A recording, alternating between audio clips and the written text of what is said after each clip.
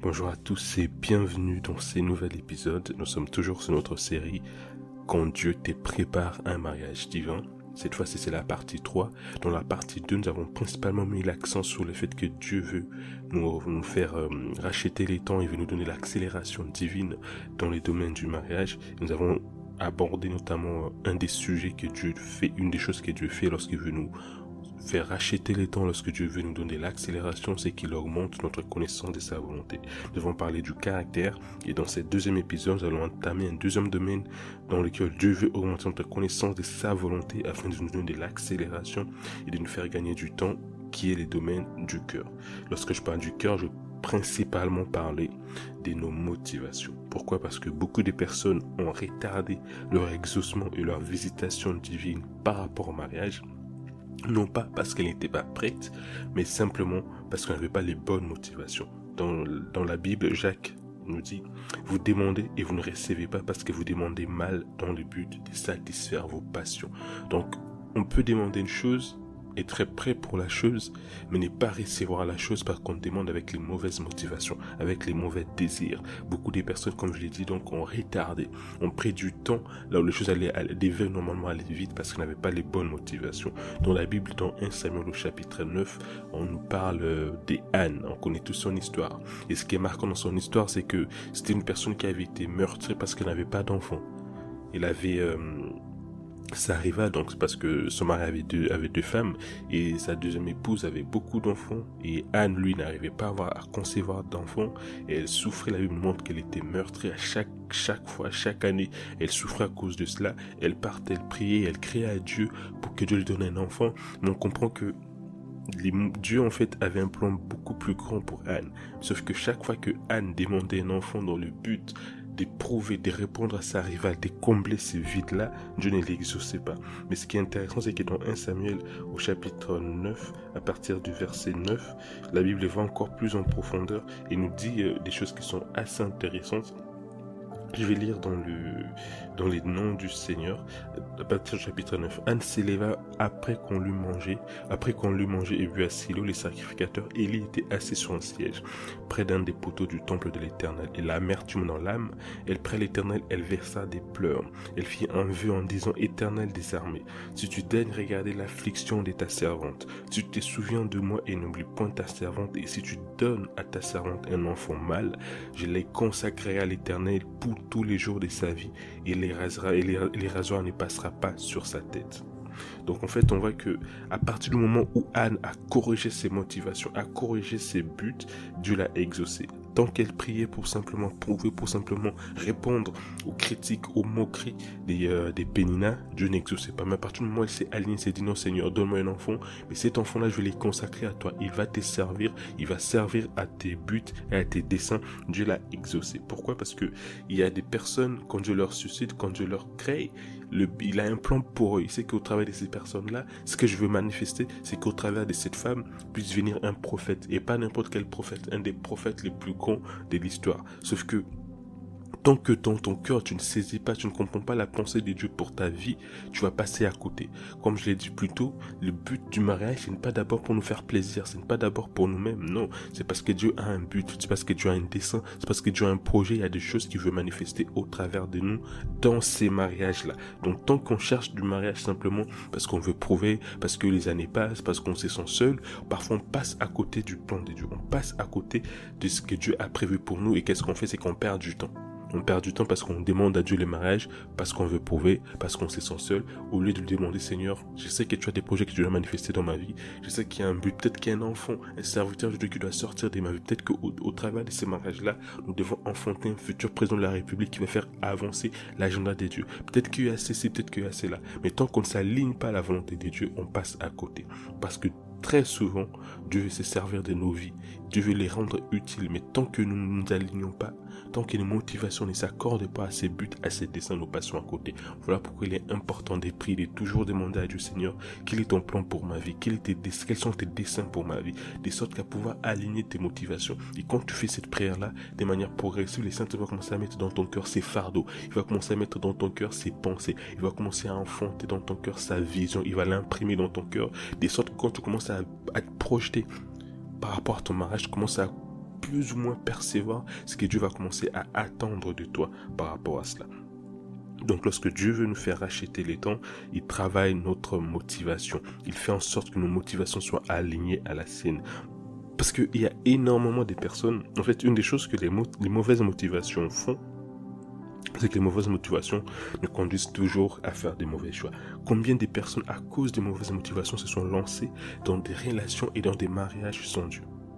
Combien de personnes, parce qu'elles voulaient simplement prouver, parce que simplement les temps passaient, parce que leur horloge biologique les mettait la pression, ils se sont dit non, moi aussi je vais me marier. Ils ont vu leur petit frère, leur petite soeur se marier, ils se sont dit non, ce n'est pas possible, ce n'est pas normal que moi qui suis la grande soeur, moi qui suis les grands frères, je suis encore dans les célibats. Non, il est hors des questions. Moi aussi cette année, avant la fin de cette année, je dois me marier. Combien de personnes ont fait ces mauvais choix-là et qui au final ont fini par regretter? En fait, parfois il y a des personnes qui étaient tellement désireuses de se marier pour prouver. En fait, quand on devient désireux de se marier, quand on n'a pas ces bonnes motivations-là, une des choses que ça fait, c'est que ça crée en nous une forme d'obsession. On devient obsédé par les mariages. On devient obsédé par les statuts du mariage, pour être clair. Donc, c'est-à-dire qu'en fait, quand tu veux te marier, ce qui t'importe, ce n'est même pas la personne avec qui tu veux te marier. Ce qui t'importe, c'est simplement l'effet d'être marié, l'effet de pouvoir avoir la bague au doigt, l'effet de pouvoir dire aux gens, je suis marié. Peu importe la personne, même si c'était les diables, une personne qui venait, qui t'ait proposé les mariages, tu allais accepter. Parce que toi, tout ce qui t'importe, c'est simplement les statuts de tes mariés. Et qu'est-ce qui se passe, c'est que très souvent, quand on est dans cet état-là, on passe à côté de tous les signes, de tous les avertissements, de toutes les choses que Dieu peut commencer à nous dire concernant la personne avec qui on veut cheminer au mariage. Tu peux être avec la mauvaise personne, Dieu t'envoie des signes d'alerte, il te dit non, n'épouse pas cette personne-là, il t'envoie des songes, il te parle au travers de ta famille, au travers de tes amis, non, cette personne-là n'est pas la bonne personne pour toi, regarde comment elle est violente, regarde comment elle te parle, regarde comment elle est des fois agressive, regarde comme ci, regarde cela, mais toi comme tu es obsédé par les statuts du mariage, tu ne vas pas en prendre compte. Tu vas simplement te dire, ah non mais regardez-vous, si vous êtes jaloux, c'est parce que je veux vous marier, c'est parce que je me marie, vous commencez à me combattre, regardez, vous êtes méchant, au lieu de me soutenir, vous êtes toujours là à trouver des mauvaises choses contre toutes les personnes que je ramène, vous avez toujours des mauvaises choses à dire sur eux. Et en fait, c'est typiquement les genres de discours que les personnes aveuglées ont. Et malheureusement, ce qui arrive, c'est que à force de s'entêter, même Dieu, quand il t'envoie des signes, la Bible dit que Dieu parle cependant tantôt d'une manière, tantôt d'une autre, mais l'homme ne prend point garde. Quand tu ne prends point garde, quand tu ne prêtes pas attention à ces choses, qu'est-ce qui arrive? C'est que Dieu te laisse aller. Et malheureusement, c'est comme ça qu'on se retrouve avec des personnes, une fois mariées, elles deviennent tristes. On se rend compte qu'il y a des personnes à même pas 30 ans, on a divorcé. Pourquoi? Parce qu'ils se sont précipités afin de pouvoir répondre à leurs mauvaises motivations. Ils étaient pressés de se marier pour prouver, pour montrer aux autres. Et d'ailleurs, les pires, c'est que il y a des cas des personnes qui sont mariées avec des mauvaises motivations, mais tellement qu'ils ont fait du bruit, surtout dans cette génération des réseaux sociaux, tellement qu'ils ont fait du bruit, tellement que elles ont vendu leur mariage comme étant les mariages de l'année, comme étant les couples modèles, comme étant des couple goals. Donc c'est des personnes qui ont tellement survendu leur mariage que même quand dans les mariages là, elles se retrouvent à souffrir. Même quand leur mari les bat ou leur femme les bat, parce que ça arrive aussi. Même quand ils surprennent leur mari en train de les tromper encore et encore. Même quand leur vie est en danger, elles se retrouvent coincées parce que d'un côté, elles ont tellement vendu.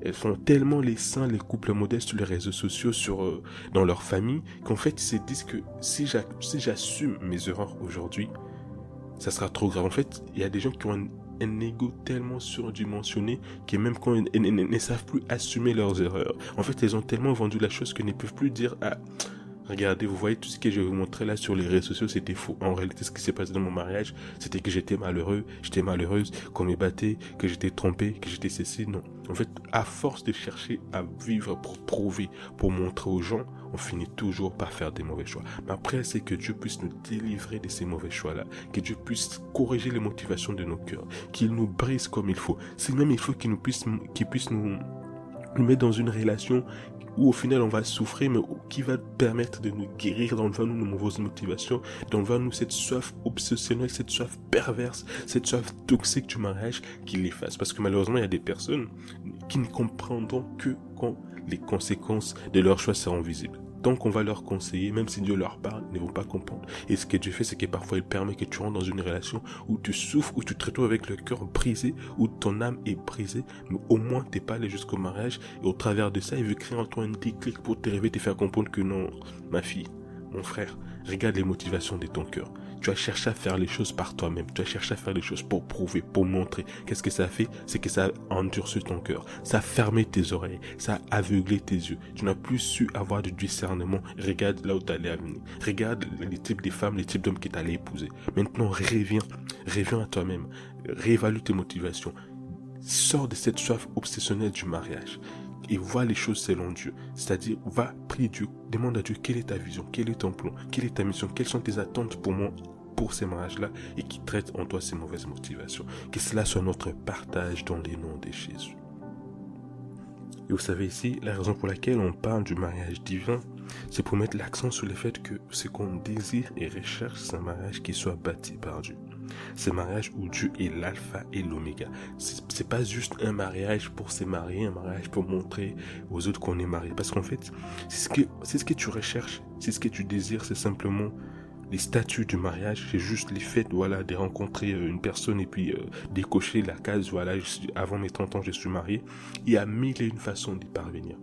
Aujourd'hui, en fait, la vérité, c'est qu'il y a des personnes, si vous m'écoutez, si vous êtes là, la raison pour laquelle vous êtes célibataire, c'est même pas parce qu'il manque des prétendants. Non, il y a plein de personnes qui peuvent vous épouser. Mais la raison pour laquelle vous êtes célibataire, c'est parce qu'il n'y a pas la bonne personne. Et Dieu, il sait pourquoi il a permis ça jusqu'ici. C'est parce que vous travaillez déjà dans votre cœur les motivations. Parce que si c'est juste pour se marier, histoire de dire qu'on est marié, il y a mille et une façons d'y parvenir, comme je l'ai dit. Tu peux aujourd'hui te réveiller, tu vois, tu trouves un frère. Tu te maries parce que voilà, les gars ils cherchent tes papiers, ils viennent, ils te sollicitent, vous vous mariez. Mais au final, tu ne seras pas heureux. Au final, ce ne sera pas les mariages divins que tu as préparés pour toi. Mais lorsqu'on veut réellement un mariage divin, lorsqu'on veut un mariage que Dieu bâtit, que Dieu construit, où il est l'alpha et l'oméga, il va toujours travailler en nous cette partie des motivations-là. Il va utiliser les circonstances, il va utiliser les situations. Comme je l'ai dit un peu plus tôt, parfois il va permettre qu'on rentre dans des relations qui vont nous faire souffrir. Pourquoi? Parce que c'était la seule façon pour nous de comprendre et de tirer des leçons. Et d'autres fois, quand on est sensible, quand on a un cœur obéissant, qu'on n'a pas les courettes comme les enfants d'Israël dans les déserts, ils nous parlent, ils nous envoient des enseignements, ils nous envoient des exhortations comme celle-ci qui créent en nous un déclic, qui nous fait comprendre que en fait, moi dans mon cœur, là, j'ai désiré les mariages, mais en fait au plus profond de moi, je les désirais pas pour des bonnes motivations.